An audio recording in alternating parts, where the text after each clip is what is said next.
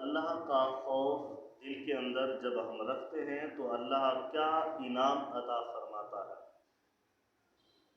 کنز العمال میں یہ حدیث مبارکہ موجود ہے، مفہوم حدیث ہے کہ جو شخص گناہ اس وجہ سے چھوڑتا ہے کہ اللہ کا ڈر اس کے سینے میں موجود ہوتا ہے، اس کے دل میں موجود ہوتا ہے، تو اللہ اس سے راضی ہو جاتا ہے۔ یعنی بندہ گناہ کے قریب یا گناہ کرنے کا ارادہ کرتا ہے یا گناہ کی طرف دوڑ پڑتا ہے، چل پڑتا ہے، پھر خیال آتا ہے کہ میں کس کام کی طرف جا رہا ہوں، کون سا کام کرنے جا رہا ہوں، تو اگر یہ کام کرنے سے میرا رب مجھ سے ناراض ہو گیا تو پھر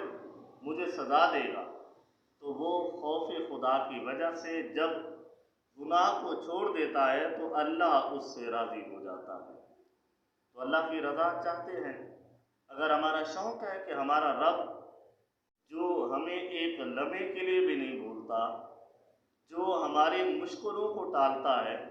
جو ہماری دعاؤں کو قبول کرتا ہے، ہمارے کھانے پینے کا انتظام کرتا ہے، نظام بناتا ہے، وہ رب